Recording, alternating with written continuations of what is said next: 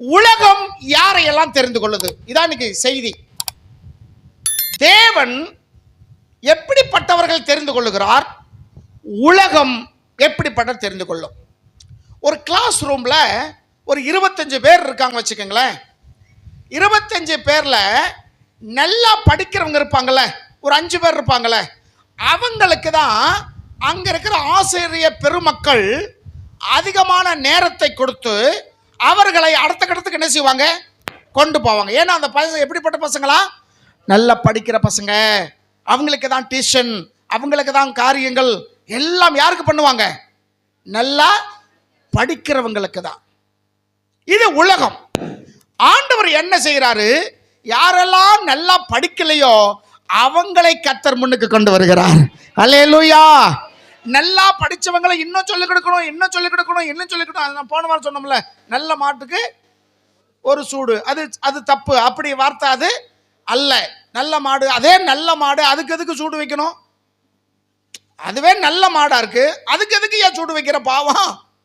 அப்ப நல்ல மாடுல நல்ல சுவடு, சரிங்களா? நல்ல சுவடு உள்ள மாட்டுக்கு நல்ல அதாவது நல்ல சுவடுள்ள மாடுக்கு, நல்ல மாட்டுக்கு ஒரு சுவடு, ஒரு கால் தடம், அது கீழே இறங்கி இருக்கும் பார்த்துக்கிடுங்களேன். அப்போ அந்த மாடு அவ்வளோ வெயிட்டான மாடுன்னு போன வாரத்தில் பார்த்தோம். இது போல் நிறைய உதாரணங்களை சொல்லிக்கிட்டே போகலாம். நல்லா படிக்கிறவனுக்கு எதுக்கு டியூஷன்? யாருக்கு டியூஷன் வைக்கணும்? அதானே வைக்கணும். ஆனால் உலகம் யாருக்கு வைக்குது? நல்லா படிக்கிறவங்களுக்கு. அழகா இருக்கிற பெண்களுக்கு தான் என்ன செய்வாங்க, மேக்கப் அதிகமாக போடுவாங்க. அவே ஏற்கனவே அழகா தானே இருக்கா, எதுக்கு நீ அலங்கோலமா பண்ணிட்டு வச்சுக்கிட்டு இருக்கிற? அழகுக்கு அழகு சேர்க்கிறதாமா, அழகுக்கு அழகு சேர்க்கிறது. நார்மலா இருக்கிறவங்களுக்கு என்ன செய்ய மாட்டாங்க, அவ்வளவு செலவு, இது எவ்வளவு பெயிண்ட் அடிச்சாலும் இப்படிதான் இருக்கும் அப்படின்னு சொல்லி விட்டுருவாங்க. ஆனா அதுதான் எப்படி இருக்கும், நல்லா இருக்கும், அழகா இருக்கும். இந்த இயற்கை. நான் என்ன சொல்ல வரேன்னா, யார் அதிகமாய் ஒரு முன்னேறிய நிலைமை இருக்கோ அவங்களுக்கு தான் என்ன கொடுப்பாங்க, முதலிடத்தை கொடுப்பாங்க. ஆனா ஆண்டவர் யாரெல்லாம் மட்டமா நினைக்கிறாங்களோ அவங்களுக்கு முதலிடம் கொடுக்கிறார். அல்லேலூயா. தேவ நாமத்துக்கு மகிமை உண்டாகட்டும். இங்க வாசிங்க 27. ஞானிகள் 1. ஞானிகள் ஞானிகள் யார் தேர்ந்தெடுப்பாங்க? உலகம் தேர்ந்தெடுக்கும். ஆண்டவர் யார் தேர்ந்தெடுக்கிறாரு? பைத்தியங்களை. பைத்தியங்களா சுய புத்தி இல்லாதவங்க, தன்னிலை மறந்தவர்கள், இவன் என்றைக்கு லாக்கியாக மாட்டாம் என்று ஒதுக்கப்பட்டவங்களை கர்த்தர் தெரிந்து கொள்கிறார். அடுத்து பலம் உள்ளவன் பலவீனன். ராணுவத்துக்கு யாரெல்லாம் தேர்ந்தெடுப்பாங்க? பலமா இருக்கிறவங்க. உலகத்துடைய ராணுவத்திற்கு, ஆண்டவருடைய ராணுவத்துக்கு பலவீனமானவர்கள் தெரிந்து கொண்டார். அல்லேலூயா. இந்த லிஸ்ட்ல நம்ம இருக்கிறோம். ஒருவேளை பைத்தியக்காரங்களா இருக்கலாம், ஒருவேளை பலவீனமானவங்களாக இருக்கலாம். தேவன் உங்களை என்னையும் தெரிந்தெடுத்திருக்கிறார். அல்லேலூயா. உலகம் தெரிந்தெடுக்கிறதெல்லாம் வேற வகை. நம்மளை தெரிந்தெடுக்கிற ஆகாதுன்னு கழிச்சு போட்ட நம்மளை தான் கர்த்தர் தெரிந்தெடுத்து அவங்களை முன்னாடி கொண்டு வருகிறார். அல்லேலூயா. தேவனா மகிமை உண்டாகட்டும். அப்புறப்பா, உள்ளவைகளை அவமாக்கும்படி, உள்ளது அவமாக்கும்படி, உலகத்தின் இழிவானவைகளை, உள்ளது இழிவானது, சரிங்களா? உள்ளதிலேயே நல்ல கிராக் இருக்கிறத அவங்க தேர்ந்தெடுத்துறாங்க. இழிவானவைகளை தேவன் தேர்ந்தெடுக்கிறார். அற்பமா எண்ணப்பட்டவர்கள் இல்லாதவைகளும் தேவன் தெரிந்து கொண்டார். யாரையெல்லாம் தேவன் என்ன செய்கிறாரு?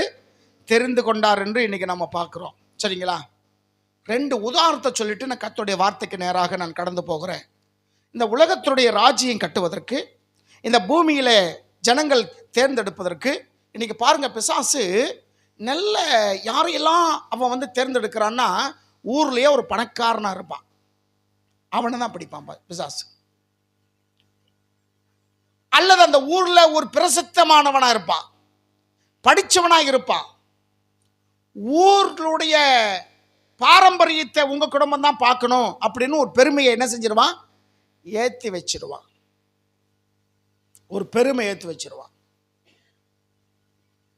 இருக்கிறதுல பெஸ்ட் பிசாசு என்ன செஞ்சிருவான், தெரிந்தெடுத்துக்குருவான். ஆமா இல்லைங்களா? இருக்கிறதுலயே ஒரு பெஸ்ட்டை தேர்ந்தெடுத்துக்கிடுவான். உன்னால் ஆகாதுன்னு சொல்லப்பட்ட அவர்களை, இழிவானவைகளை தேவன் தெரிந்து கொண்டார்.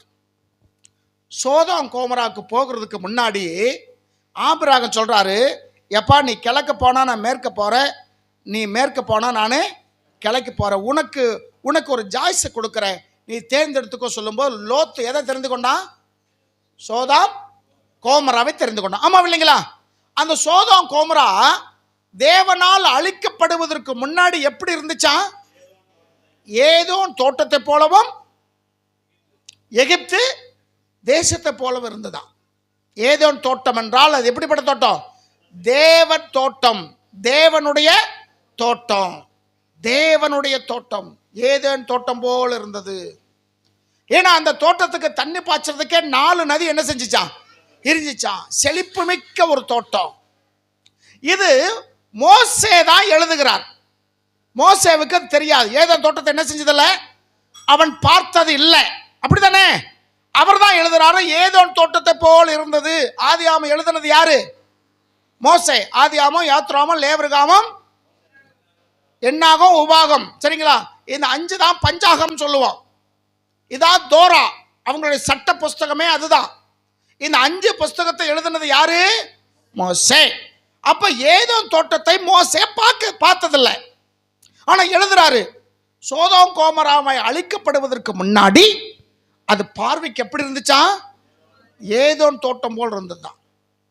மோசேக்கு தெரியாது, ஆவியானவருக்கு தெரியுமா தெரியாதா? தெரியும். ஆவியானவர் தானே எழுத வைக்கிறாரு. வேத புத்தகத்தை அவர் தான் எழுத வைக்கிறாரு, எழுதுகிறார். அப்ப இவன் கண்ணுல பார்த்தது எகிப்து தேசம் போல இருந்துச்சான். எகிப்து தேசம் எப்படிப்பட்ட தேசம்? செழிப்பு மிக்க தேசம்.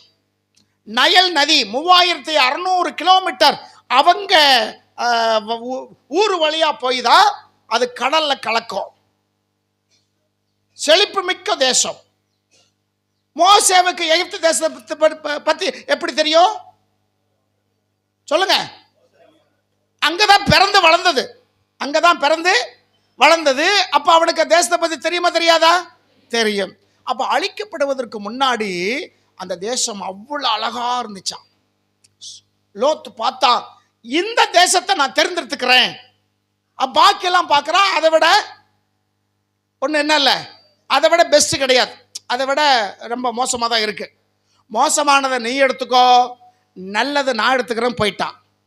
ஆண்டவர் சொன்னாரு, அவன் நல்லதை எடுத்துக்கிட்டா நீ கவலைப்படாத, உன்னோடு நான் இருந்து உன்னை பெரிய ஜாதி ஆக்குவேன். அல்லேலூயா. நல்லதெல்லாம் எடுத்துக்கிட்டாங்க, எங்கள் கடைசியில் இது கொடுத்துருக்கான், கவலைப்படாத, உனக்கு உள்ளது போதும் என்று அதை கொண்டே கர்த்தர் உன்னை பெரிய காரியங்கள் நடத்துவார். தேவநாம மகிமை உண்டாகட்டும். இல்லாதவர்களை கர்த்தர் தெரிந்து கொண்டாராம். எதை தெரிந்து கொண்டார்? இல்லாதவர்களை தெரிந்து கொண்டார். அருமைக்குரியவர்களே, இந்த செழிப்பை நம்பி போனவன் இவன் கொண்டு போனதையும் தொலைச்சிட்டான், அங்க சம்பாதிச்சையும் தொலைச்சிட்டு மாற்று ட்ரெஸ் கூட எடுத்து வந்தான்னு தெரியல, பஞ்ச பரதேசி மாதிரி வந்து என்ன செய்தான், சோவார்ல வந்து சேர்ந்தான். விளங்குதா? எதை கண்ணு இச்சித்து போனானோ, எதை அழகா இருக்குன்னு போனானோ, போகும்போது போனா கடைசியில் எல்லாத்தையும் இழந்துதான் வந்தான். நீ கழிச்சு போட்டதை நான் எடுத்துக்கிறேன், ஆனா என்னோட ஆண்டவர் இருக்கிறான், நம்பி இருந்தவனை கர்த்தர் செழித்தோங்கும்படி செய்கிறார். அல்லேலூயா. உன்னோட ஆண்டவர் இருக்கிறார் மாத்திரம் நீ மறந்து போகாத. எல்லாராலும் அற்பமா நினைக்கப்படி எல்லாம் எடுத்துட்டு கழிச்சு தான் கொடுத்தாங்கயா சொல்றீங்களா? அது அந்த கழிச்சு தான் இருக்கலாம், ஆனா உன்னோட கர்த்தர் இருக்கிறார், உன்னோட கர்த்தர் இருக்கிறார்.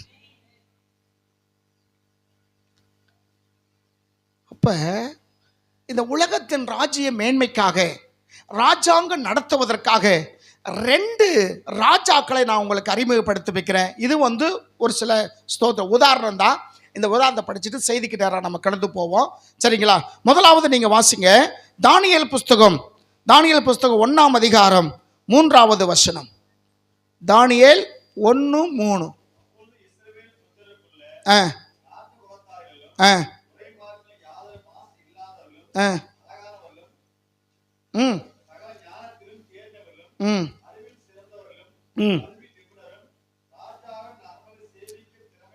கவனிங்க, ராஜாவின் அரண்மனையிலே சேவிக்க திறமை உள்ளவர்களையும் சில வாலிபரை கொண்டு வரவும் ஆட்களை பிடிச்சு அனுப்பினான். பாபிலோனுக்கும் எருசலேமுக்கும் 1500 மைல். எத்தனை மைல்மா? 1500 மைல் என்று நமக்கு தெரியும். அங்கிருந்து இங்க வந்து படையெடுத்து இப்ப இந்த ராஜா, பாபிலோன் இருக்கிற அந்த ராஜா ஏற்கனவே ஒருத்தர் வந்து சூசான் தலைநகரமா வைத்திருந்தார். அவர் 127 தேசத்துக்கு சக்கரவர்த்தியா இருந்தார். இப்ப அதை விட நாடுகள் அதிகமாயிருச்சு. எல்லாம் அந்த கிரேக்க சாம்ராஜ்யம் பரவி இருக்கிறது. அங்கே உள்ளூர்காரங்கள்லாம் ஒவ்வொரு நாட்டிலையும் அதிகாரிகளாக போட்டு விட்டார். ஏன்னா அந்தந்த நாட்டுக்காரங்களை அதிகாரிகளாக போட்டால் அவர்கள் ராஜாவுக்கு விரோதமாக என்ன செஞ்சிருவாங்க? எழும்பிடுவாங்க என்று சொல்லி அந்த உள்நாட்டுக்காரங்களை நம்பாம பாபிலோன் தேசத்தை சேர்ந்தவர்களை அதிகாரிகளாகவும் மந்திரிகளாகவும் சிற்று அரசர்களாகவும் இங்கிருந்து ஆட்களை போட்டு விட்டான். எத்தனை தேசம்? 127 தேசத்தில் போட்டு விட்டான். இப்ப தலைமை செயலகத்தில் வேலை பார்க்கறதுக்கு ஆட்கள் இல்லை, இருக்கிறாங்க, கம்மியா இருக்கிறாங்க. அப்ப ராஜாவுக்கு ஒரு யோசனை வருது, நம்ம நிர்வாகம் நடத்துறதுக்கு என்ன வேணும்? ஆட்கள் வேண்டும். நம்ம ஆட்களை எல்லாம் வெளியே அனுப்பிட்டோம். இப்ப நம்ம நிர்வாகத்துக்கு ஆட்கள் வேணும். யாரை யாரை தேர்ந்தெடுக்கலாம் சொல்லி தன்னுடைய மந்திரிமார்களை வச்சு அவன் என்ன செய்யறான்? ஒரு ஆலோசனை பண்ணுகிறான். எந்த ஊருக்காரங்களை எடுக்கலாம், எப்படி இன்டர்வியூ வைக்கலாம், இப்படி எல்லாம் கேட்கும்போது மந்திரிமார்கள் மூலியமாக ஒரு முடிவு எடுக்கிறாங்க. ஐயா, எல்லா நாட்டில் இந்த 127 தேசங்களை இருந்தாலும் இந்த எருசலேம் சொல்லி ஒரு நாடு இருக்கு பாத்தீங்களா?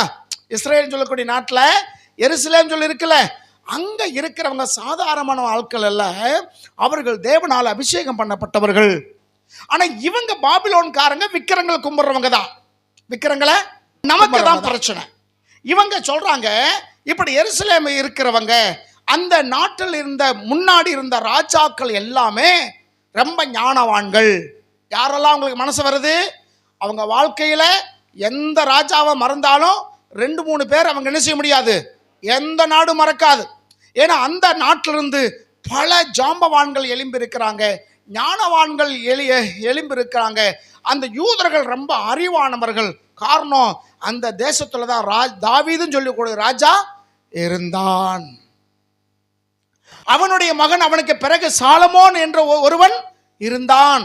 அவனுடைய ஞானம் போல உலகத்துல யாருக்கு அப்படிப்பட்ட ஞானமே இல்லை என்று அவங்களுக்கு சரித்திரம் இருக்கும் இல்லையா? ராஜாக்கள் வாழ்ந்த சரித்திரம் அதுல பார்க்குறாங்க. அப்படி என்றால் நம்ம தேசத்தை நிர்வாகம் பண்ணுவதற்கு, நம்ம தேசத்தை வழிநடத்துவதற்கு அங்கிருந்து சில பேர்த்த என்ன செய்யுங்க, கூட்டிட்டு வாங்க அப்படின்னு சொல்லும் போதுதான் இவங்களை கூப்பிடுறாங்க. அந்த ஊர்ல நிறைய பேர் இருந்தாங்க. யாரை கூப்பிட்டுட்டு போறாங்க பாருங்க? ராஜா நிர்வாகம் பண்ணுவதற்கு, அரசாங்க அதிகாரிகளாய் வேலை பார்க்குவதற்கு, தன் இராணுவத்தில் இணைப்பதற்கு, மேலே அதிகாரிகளாய் இருப்பதற்கு யாரை தெரிந்து கொள்றான் பாருங்க. இப்ப வாசிங்க அந்த வசனம். புத்திரருக்குள்ளே, கவனிங்க, யாரை தேர்ந்தெடுக்கிறாங்க? ராஜ நிர்வாகம் பண்ணுவதற்கு யார் வேண்டும்? ராஜ குலத்தார், பெஸ்ட் இருக்கிற பெஸ்ட் அவங்களாம் ஒதுக்கு, தனியா ஒதுக்கு. அப்புறம் துறை மக்கள், துறை மக்கள்னா மேன்மையானவர்கள் அர்த்தம். 2, எந்த குற்றமும் சாட்டப்படாத, லஞ்சம் வாங்கினா, லாவணி வாங்கினா, அவன் பண்ணா, இவன் பண்ணா, குடிச்சான், வெறிச்சான், இப்படி என்று எந்த விதமான ரீமார்க்கும் இல்லாதவர்கள். விளங்குதா? இப்போ நீங்கள் வந்து லண்டனுக்கோ அமெரிக்காவுக்கோ நியூசிலாந்துக்கோ வெளிநாடுகளுக்கு, நம்ம இந்தியாவுக்குள்ளே எங்கேயும் போகலாம், பிரச்சனை இல்லை. வெளிநாடுகளுக்கு நீங்கள் போகிறதா இருந்தால் போலீஸில் வந்து அது வந்து விசாரணை பண்ணுவாங்க. பாஸ்போர்ட் கொடுக்கும்போது ஒரு விசாரணைக்கு தான் என்ன செய்வாங்க, கூப்பிடுவாங்க. உங்கள் மேலே ஏதாவது எஃப்ஐஆர் இருக்கா, எத்தனை வருஷத்தில் என்ன கேஸுக்கு உங்கள் மேலே எஃப்ஐஆர் வந்தது அப்படின்னு அவங்களுக்கு ஒன்று இருக்கும். அது இருந்தால் நீங்கள் ஒன்று என்ன செய்ய மாட்டான், பாஸ்போர்ட்டு கொடுக்க மாட்டான். விளங்குதுங்களா? எந்த பிரச்சனை இல்லைன்னு சொன்னால் தான் பாஸ்புக்கே கொடுப்பான். அதை வச்சு நம்ம காசு செலவஞ்சு தான் என்ன செய்ய போகிறோம், வெளிநாட்டுக்கு போக போகிறோம். இப்போ மாசு இல்லாதவர்களும் 3. அடுத்து அழகானவர்கள். ராஜா அரசாங்க வேலையில் எப்படிப்பட்டவங்களா இருக்கணும்? அழகானங்களா இருக்கணும். இந்த ஏர்போர்ட்டில் வேலை பார்க்குற லேடிஸ் எல்லாம் பாருங்க எப்படி இருப்பாங்க, அழகாக இருப்பாங்க. இந்த ஏர்பஸ்க்குள்ளே இருக்கிற பெண்கள் எப்படி இருப்பாங்க, அழகாக இருப்பாங்க. அவங்களுக்கு 7 பாஷை 8 பாஷை தெரியும். அவங்களுக்கு சும்மா ஒரே பாஷை கிடையாது, 7-8 பாஷை தெரியும். ஜவுளிக்கடையில் வேலை பார்க்குற பொம்பளை பிள்ளைகள் பாருங்க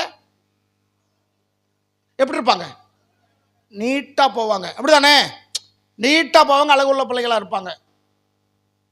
இந்த பெண்கள் அழகு நிலையத்துக்கு போகிற பெண்கள், அங்கே வேலை பார்க்குற பெண்கள் எப்படி இருப்பாங்க? அதே போல் ஆண்கள் அழகு நிலையத்துக்கு போகும்போது அங்கே இருக்கிற ஆண்கள் எப்படி இருக்காங்க? சட்டை கூட இல்லாமல் இருப்பான். அப்படித்தானே? ஆனால் பெண்கள் அழகு நிலையம் வச்சிருக்கிற அந்த இடத்துல அங்கே வேலை பார்க்குற பெண்கள் எப்படி இருப்பாங்க? இவங்க முதலாவது மேக்கப் பண்ணி ரெடியாக இருப்பாங்க. ஏன்னா அப்படி இருந்தால் தான் பெண்கள் என்ன செய்வாங்க, வருவாங்க. ஆமாம் இல்லைங்களா? இது ஒரு வகையான ஒரு நாலேஜ், ஒரு விதமான காரியம் தான் வைங்களேன். அப்படி இருக்கும்போது இங்கே ராஜாவுடைய அரண்மனையில் வேலை பார்க்கறதுக்கு 4வது யார் வேணும்? அழகானவர்கள். 5 தேர்ச்சி பெற்றவனும், சகல ஞானம் இருக்கணும். முட்டாப்பா யாரும் நினைச்சக்கூடாது, இருக்கக்கூடாது. நல்ல அறிவுள்ளவங்களா தூக்குடா. அப்புறம் அறிவில சிறந்தவர்களும், தேறினவர்களும் அறிவில சிறந்தவர்களும். அறிவுன்னா அறிவு, அப்படிப்பட்ட அறிவா இருக்கணும் ராஜாவின் அரண்மனையில வேலை பார்ப்பதற்கு. இவங்கெல்லாம் அந்த நாட்டுடைய பெஸ்டா இல்லையா? பெஸ்டா இல்லையா?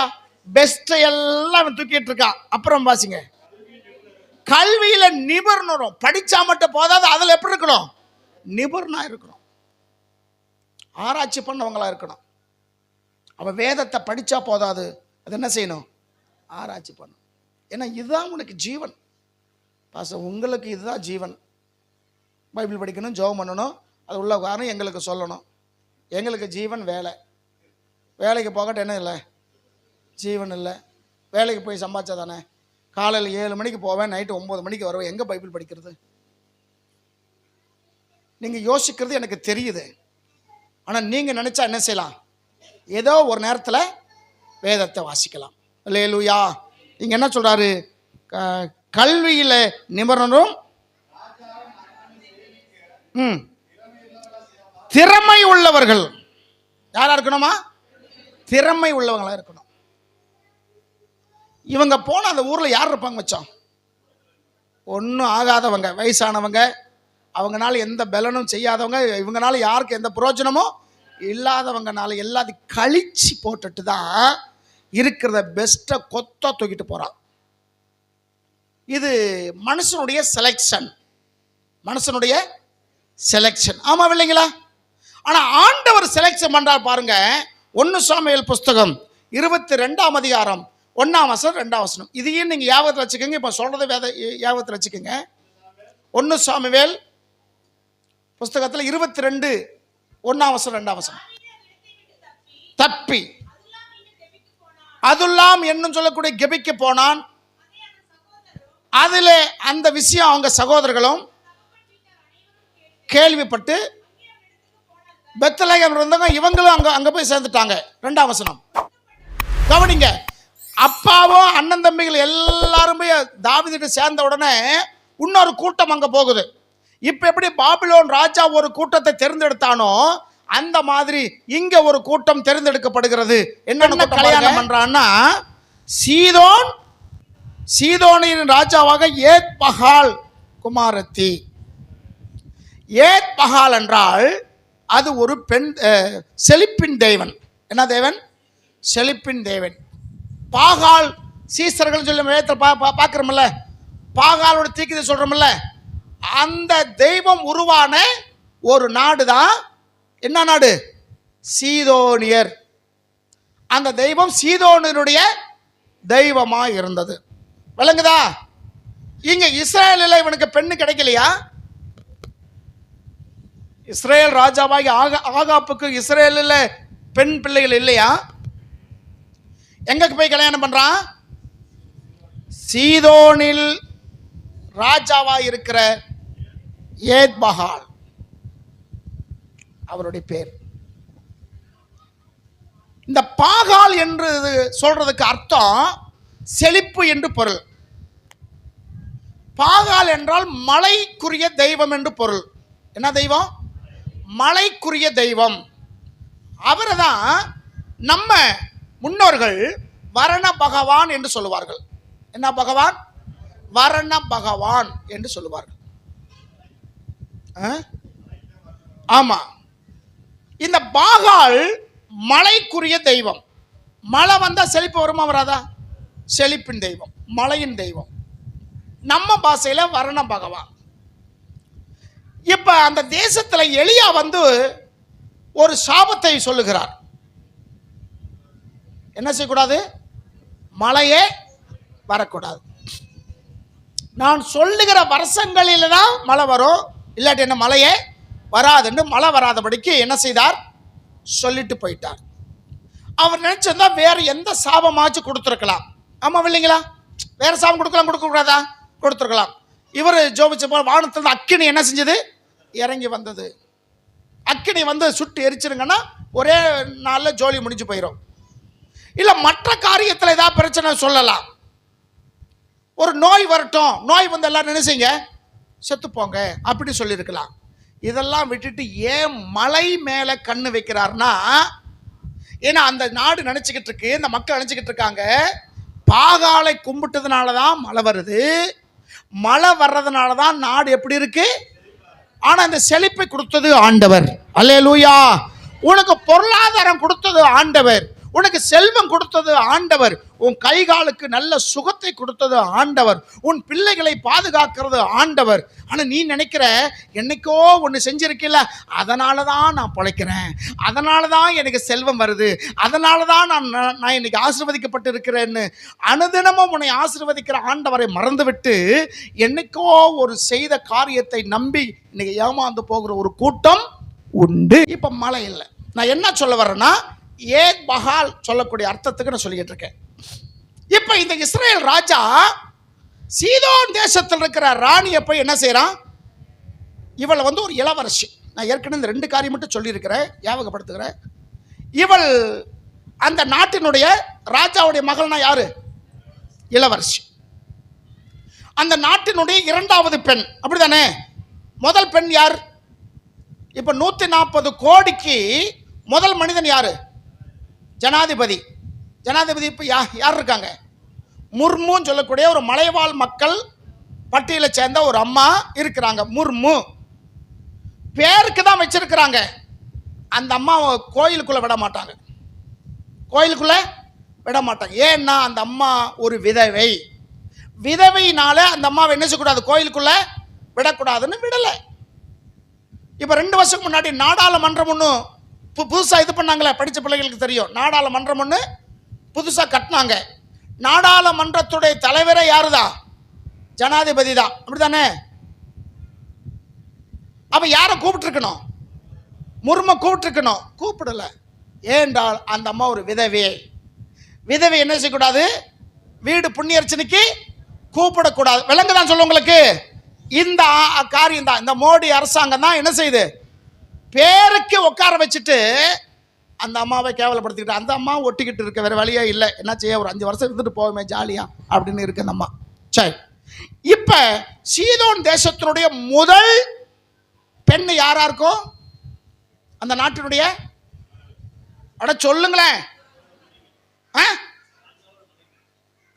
அவங்களுக்கு என்ன பேரு? ராணி. சொல்லுங்க அப்படி. அந்த நாட்டினுடைய முதல் பெண்மணி ராணி. அடுத்து யாரா இருக்கணும்? இளவரசி. சரிங்களா? வேத அறிஞர்கள் சொல்றாங்க, இவளுக்கு இந்த எசபேலுக்கு திருமணம் ஆகும்போது அம்மா இல்லை, அம்மா இல்லை, ராணி இறந்துட்டாங்க. அப்ப அந்த நாட்டுடைய முதல் பெண்மணி யாரு? எசபேல் தான். பிசாசு யாரை தேர்ந்தெடுத்து எங்க கொண்டு வர்றான் பாருங்க. பாகால் என்றால் விக்கிரம், ஆண்டவருக்கு பிரியமில்லாத ஒரு காரியம், அருவருக்கிற காரியம். அது அந்த பேர் தாங்கி இருக்கிற தகப்பனுடைய மகளை பிசாசு தேர்ந்தெடுத்து, அது அந்த நாட்டினுடைய முதன்மையான பெண், அப்படித்தானே? அந்த நாட்டில் 1000 பெண்கள் இருக்கலாம், 10,000 பெண்கள் இருக்கலாம், பல லட்சங்கள் பெண்கள் இருக்கலாம். ஆனா முதல் பெண் யார் தான்? ராணி சொல்லக்கூடிய ஸ்தானம் தான். இப்போ இவ தான் ராணி. அம்மா இறந்து போயிட்டா, அடுத்த ராணி யார் தான்? எசபேல் தான். பிசாசு அந்த நாட்டில் இருந்த ஒரு பெஸ்டான ஒரு ஒரு ஒரு பெண்ணை பிடிச்சிட்டு வர்றான். எசபேலை இஸ்ரவேல் நாட்டுக்கு எங்கிருந்து கொண்டு வர்றான்? சீரியாவிலிருந்து கொண்டு வர்றான். அப்படிதானே? அங்கிருந்து கொண்டு வர்றான். நாட்டில் முதன்மையான பெண்ணை கொண்டு வந்த பிறகுதான் இந்த பிரச்சனையே நடக்குது. தேசத்தில் மழை இல்லை, ஒன்றும் இல்லை. இவள் நிறைய தீக்கு தரிசில் என்ன செய்தா? கொலை செஞ்சவளாய், கொலைகாரிகளாய் இருந்தா. ஆண்டோடைய பார்வைக்கு விரோதமாய் இருந்தபடினாலே அந்த தேசத்துக்கு ஆண்டவர் ஒரு காரியத்தை கட்டடுகிறார். மழை இல்லாமல் போகுது. மழை இல்லாமல் போகுதுல்ல, அந்த நாட்டில் இருக்கிற எல்லாத்துக்கும் தானே அது, அந்த நாட்டில் இருக்கிற எல்லாத்துக்கும் தானே பிரச்சனை. அப்போ சாபம் விட்ட யாருக்கும் அந்த சோதனை வந்துருச்சு? எலியாவுக்கும் சோதனை வந்தது. 3 வகையில் ஆண்டவர் எலியாவை போஷித்தார். இது ஒரு செய்தி இருந்தாலும் சின்ன காரியம் சொல்லிடுறேன். 3 வகையில் ஆண்டவருடைய தாசன் ஆகிய இவருக்கு ஆகாரம் கொடுத்தார். முதல்ல எப்படி கொடுத்தார்? தேசமெல்லாம் பஞ்சம், ஜனங்கள் பட்டினியா இருக்கிறாங்க. இவர் போஷிக்கப்படுறார். யாரை கொண்டு? காகங்களை கொண்டு போஷித்தார். எதை கொண்டு? காகங்களை கொண்டு போஷித்தார். ஏன் காக்காவை விட பெரிய ஜீவராசி ஒன்றும் இல்லையா? போன வாரம் மேரி சொல்லிக்கிட்டு இருந்தா, அப்பா ஒரு இதில் படித்தேன், அது காக்காவில்லையாமா, அது வேற ஒன்றாமா அப்படின்னு சொல்லிச்சு. நான் சொன்னேன், வேறன்னா என்ன? அது சொல்லணும்ல. யாரோ சொன்னதை வச்சு மண்டல் ஏற்றுக்கிட்டு கூடாது. அது காக்கா இல்லை வேறன்னா, அது வேறன்னா என்ன? அது வேதத்தில் எங்கேயாச்சும் இருக்கா? அப்போ எப்படி காக்கா எப்படி அந்த இது தூக்கிட்டு வர முடியும்? காக்காவுடைய வெயிட் கம்மி, அந்த அப்பத்தினுடைய வெயிட்டு நம்ம சொல்கிறோமே, இந்த இங்கிட்ட பார்த்தா தோசை அங்கிட்டு இருக்கும் தெரியும், அந்த மாதிரி கிடையாது. சில பேர் தோசை அப்படி தான் இருக்கும், இங்கிட்டு பார்த்தோம்னா அங்கிட்டு இருக்கும் தெரியும், கண்ணாடி மாதிரி இருக்கும் அப்படி அந்த தோசை பார்க்குறதுக்கு. அந்த மாதிரி தோசை இல்லை. அவங்க செய்கிறது எப்படி செய்வாங்க? நல்ல மந்தமாக செய்வாங்க ரொட்டி. அப்போ அது தூக்கிட்டு வர்றதுக்கு காக்காக்கு என்ன இல்லை? பலன் இல்லாதனால காக்கா இல்லை, அது வேற ஏதோ வேற எது ஒன்றாமா அப்படின்னுச்சு. வேற ஏதோன்னா வேறன்னா என்ன சொல்லு அப்படின்னு சொல்லணுமா வேணாமா? உங்களுக்கு தெரியல. அவனை சொன்ன காகம் இல்லைம்மா, காகங்கள். என்னது? காகங்கள். ஏன் காக்காவை கொண்டு போஷிக்கப்படுகிறார்னா, காக்காவுடைய சுபாவம் இருக்கிறது பிடுங்கிட்டு போகிறது. அப்படிதானே? இருக்கிறது பிடுங்கிட்டு போகிறது. பிள்ளைகள் கையில் இருந்தால் பிடிங்கிறோம், நம்ம கையில் இருந்தால் பிடிங்கிறோம். எது இருந்தாலும் என்ன செஞ்சிடும்? திங்கிற பொருள் பார்த்துச்சுன்னா பிடிங்கிட்டு போயிடும். காக்காவுடைய சுபாவமே அதுதான்.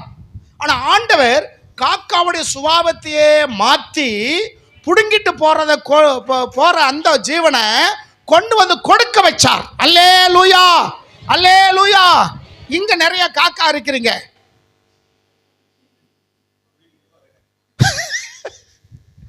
கொடுக்கிற காக்காவாய் கர்த்தர் உங்களை மாற்றணும். அல்லேலூயா.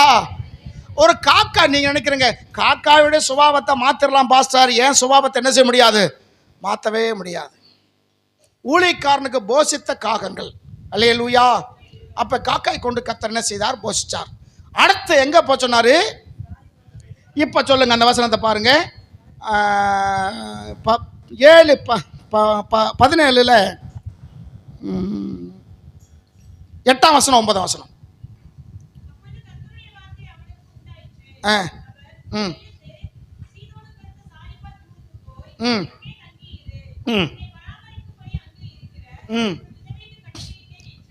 சரிங்களா?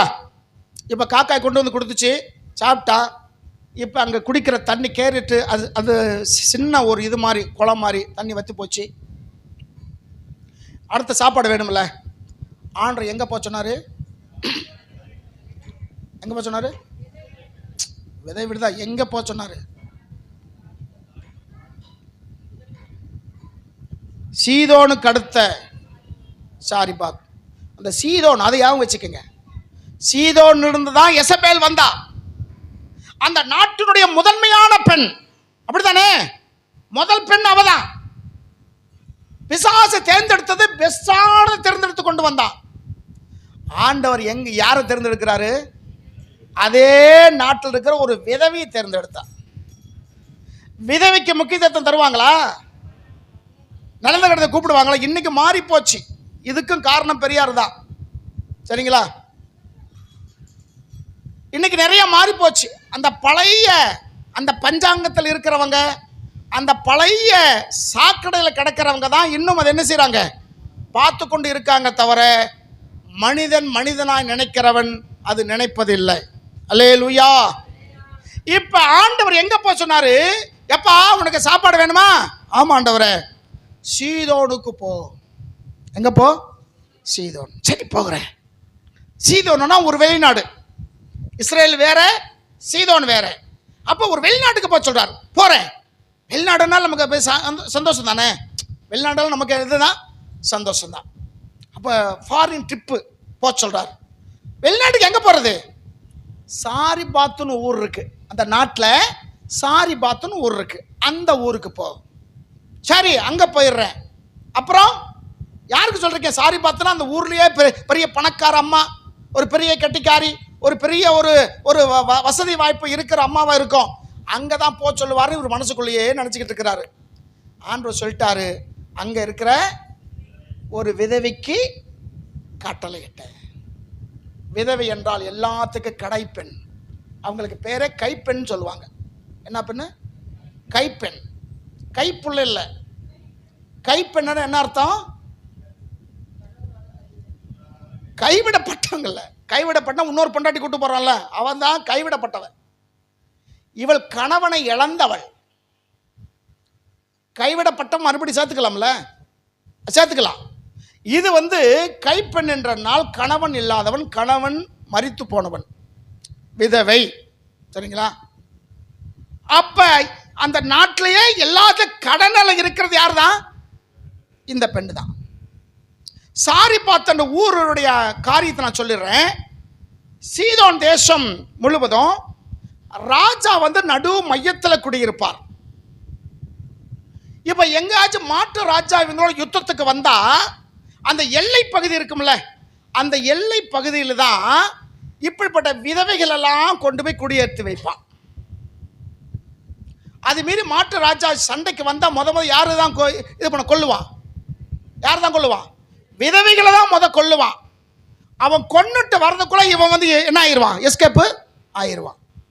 அப்ப நடு மையத்தில் ராஜாவுடைய அரண்மனை இருக்கும், அந்த பகுதி இருக்கும், பட்டணம் இருக்கும். அந்த நாட்டை சுத்தியும் இப்படிப்பட்ட விதவைகள் இருப்பாங்க. அதுல ஒரு ஊரு தான் சாரிபாத். இந்த வரலாறு தெரிஞ்சுக்கணும். இந்த சாரிபாத் சொல்லக்கூடிய அந்த இடத்துக்கு ஆண்டவர் அவனை போக சொல்லுகிறார். அவர் போனாரு. அந்த அம்மாவே சாவுகிறாக்கி, இன்னைக்கோ நாளைக்கோ சாகுற மாதிரி இருக்கு. அந்த அம்மா கத்தருக்கு முத போஷிச்சதுனால, கத்தர் ஊழிக்காரனுக்கு அவள் போஷிச்சதுனால, ஏன்னா அவள் சொல்றா, கொஞ்சம் மாவு தான் இருக்குயா, கொஞ்சம் எண்ணெய் தான் இருக்கு, 2 விறகு பறக்க வந்தேன், அதில் 2 தோசை சுட்டு நாங்கள் 2 வருது, 2 விறகு பறக்கிறேன், 2 தோசை விட போகிறேன், 2 பேர் சாப்பிட்டுட்டு சாக போகிறோம். அவங்க சீதோரி பேசுகிற பாஷை வேற, இஸ்ரேல் பேசுகிற பாஷை வேற. இவன் எப்படி பேசுனா, அந்த அம்மா எப்படி விளங்கி கொள்ளிச்சுன்னு பெரிய செய்தி. அதுக்குள்ளே போகிறதுக்கு நேரம் இல்லை. எப்படி கீழே உருண்டானா, மேலே உருண்டானா, வகுத்து வச்சு அடிச்சுக்கிட்டானா, இப்படி காமிச்சானா, எப்படி நமக்கு தெரியாது. ஆனால் இவன் சொன்னதை அந்த அம்மா புரிஞ்சிருச்சு. அந்த அம்மா சொல்லியிருக்கோம், 2 விறகு எடுத்து காமிச்சிருக்கோம். ஏன்னா இவர் போகும்போது விறகு தான் பறக்கிட்டுச்சு அந்த அம்மா காட்டுக்குள்ள. 2 விறகு அவங்க பாசல் காமிச்சிருக்கோம். மாவு என்ன கை சாடுதான். ஏன்னா பேச்சு, அவங்க பேசுகிற பாஷை வேற, நம்ம பேசுகிற பாஷை வேற, புரியல இவங்களுக்கு. கை ஜாடையே பேசி 2 பேர் புரிஞ்சுக்கிடுச்சு. இவன் சொன்னா, நீ சாப்பிடாத, முத எனக்கு கொடு. இந்த எலியா யாருன்னு அந்த அம்மாவுக்கு தெரியாது. இவன் ஒரு ஊழியக்காரன், தேவ மனுஷன் என்று அந்த அம்மாவுக்கு தெரியாது. அதோட ட்ரெஸ் பார்த்து ஒரு வித்தியாசமா இருக்கு. நம்ம ஊர்ல இந்த மாதிரி ட்ரெஸ் யாரும் போட்டதில்ல. இவர் ஏதோ தோல் உடையெல்லாம் போட்டிருக்காருன்னு சொல்லி அந்த அம்மா ஒரு மாதிரியா பார்த்துருக்கோம். எப்படியோ புரிய வச்சுட்டான். 2 தோசை சுடு, நீ சாப்பிடாத, உன் பையனுக்கு கொடுக்காத. இது இந்த ஜூலியனை கரெக்டாக கைஜான பண்ணு நினைக்கிறேன். நீ சாப்பிடாத, உன் பையனுக்கு கொடுக்காத, எனக்கு கொடு, நான் சாப்பிட்றேன்னா அந்த அம்மா நினைச்சிருக்கோம். படுபாவி, இவ்வளவுக்கு வறுமை சொல்லியும் இந்த ஆளு கேட்கிறானே, என் பையனுக்கு கொடுக்க வேணாம், இந்த எரும மாடி வந்திருக்கா இவனுக்கு கொடுக்க சொல்றான். நினைச்சிருக்காதா? எப்படியோ இவன் சொல்லி புரிய வச்சுட்டான் அந்த அம்மாவுக்கு. அந்த அம்மாவும் பாவம் கொண்டு வந்து கொடுத்துச்சு, சாப்பிட்டான். சட்டியில் எண்ணெய் குறையல, பாத்திரத்தில் மாவு குறையல, பஞ்சகாலம் முழுவதும் சாப்பிட்டாள். அல்லேலூயா. அவள் மட்டுமல்ல, அவளுடைய உறவினர்களும் கூப்பிட்டு வந்து சாப்பிட்டு வச்சுட்டான். உடனே சொல்லிருப்பா, அக்கா, சித்தி, பெரியம்மா, சித்தக்கா எல்லாம் வாங்க, எங்க வீட்டுல மாவு குறைஞ்சு போகவே இல்லை, வாங்க வாங்க. பஞ்சகாலம் முழுவதும் அவங்க சொந்தக்காரங்க எல்லாம் சாப்பிட்டாங்களாமா. அல்லேலூயா, அல்லேலூயா. இன்னைக்கு நம்ம ஒருவேளை அப்படி வறுமையா இருந்து, தேசத்துல மழை இல்லாம 3 வருஷ காலம் வறட்சியா இருந்து, உங்களுக்கு மட்டும் இப்படி ஒரு ராட்டு சீட்டு விழுந்துச்சுன்னா வெளியே சொல்லுவீங்க? அவரையே வெளியே தெரியாம வச்சுக்கிடுவோம். வெளியே போயிடாதீங்க, போனால் யாரும் சொல்லி கேட்பாங்க, இங்கே பண்ண மாதிரி அங்கேயும் நீங்கள் பண்ண வேண்டியது இருக்கும், போகாதீங்க, எங்கேயும் போகக்கூடாது, வெளியே போனால் பாம்பு இருக்குது, வெளியே போனால் பிசாசு, என்னென்ன ஜாட பண்ணு சொல்லுமோ சொல்லிடுவோம். ஆனால் இந்த விதவை தாய் தன்னை சேர்ந்த எல்லாத்தையும் கூப்பிட்டு சாப்பாடு கொடுத்தா. நம்ம செய்கிறோமா? காக்காவுடைய சுபாவத்தை மாற்றின ஆண்டவர் நம்ம சுபாவத்தை மாற்றலை. மாற்றிருந்தா நம்ம இருக்க லெவலே வேற. அல்லேலூயா. ஆனால் ஆண்டவரால் மாற்ற முடியும். ஒரு விதவையை கொண்டு எலியாவுக்கு ஆகாரத்தை கொடுத்த ஆண்டவர் உங்களை கொண்டு போஷிக்க முடியும், போஷிக்க வைக்க முடியும். அல்லேலூயா. 3வது சாப்பாடு தேவதூதனே கொடுத்தான் இல்லையா? 3வது சாப்பாடு தேவதூதனே கொடுத்தான். முதல் சாப்பாடு காக்கா கொடுத்துச்சு, 2வது சாப்பாடு விதவை தாய் கொடுத்தாங்க, 3வது சாப்பாடு தேவதூதன் கொடுத்தான். ஆனால் இவன் என்ன சொல்லிட்டு படுத்தான் தெரியுங்களா? எலியா, நான் செத்து போயிடுறேன், எனக்கு சாவு வேணும்னு சொல்லி ஜெபம் பண்ணா. ஆனால் கடைசி வரைக்கும் சாகாமலேயே பரலோகத்துக்கு போயிட்டான். அல்லேலூயா. ஆமாம் இல்லைங்களா? அவன் செத்தானா? சாகல. அவன் கேட்டது சாகணும்னு நினைச்சான், சாகாமலேயே பரலோகத்துக்கு கர்த்தர் வணசிட்டாரு, கொண்டு போயிட்டார். அதன் பிறகு அவர் வருவார், வந்து 3 நாள் பிரசங்கம் பண்ணுவார். 3 நாளைக்கு அவருடைய பாடி வந்து உலகத்தினுடைய பெருநகரத்தில் கிடக்கும், எல்லாரும் அவர்களை காண்பார்கள். இப்படியெல்லாம் வெளிப்படத்தில் இருக்குது. ஆனால் அந்த காலகட்டங்களில் அவர் சாகலை, ஆண்டவர் நினைச்சிட்ட உயிரோட எடுத்துக்கிட்டார். நான் என்ன சொல்ல புரிஞ்சுக்கிடுங்க, அற்பமாக நினைக்கப்பட்டவர்களை கர்த்தர் தெரிந்து கொண்டார். அற்பமாக நினைக்கப்பட்டவர்களை பிசாசு முதன்மையானவர்களை தெரிந்து கொண்டான், ஆண்டவர் அற்பமானவர்களை. தேசத்துடைய ராஜா ராணியை முதல் பெண்ணை தெரிந்து கொண்டான் பிசாசு, ஆண்டவர் தேசத்துடைய கடைசி பெண்ணை தெரிந்து கொண்டார். நீங்களும் நானும் எந்த காரியத்தில் கடைசி நிலைமையில் இருக்குன்னு நினைக்கிறீங்க? பொருளாதாரத்திலையா, சரீர சுகங்களையா, சமுதாயத்திலையா, வேலை செய்யக்கூடிய இடத்துலையா, எந்த இடத்துல கடநிலையில் இருக்கு நீங்க நினைக்கிறீங்களோ உங்களை தான் கர்த்தர் தெரிந்தெடுத்திருக்கிறார். அல்லேலூயா.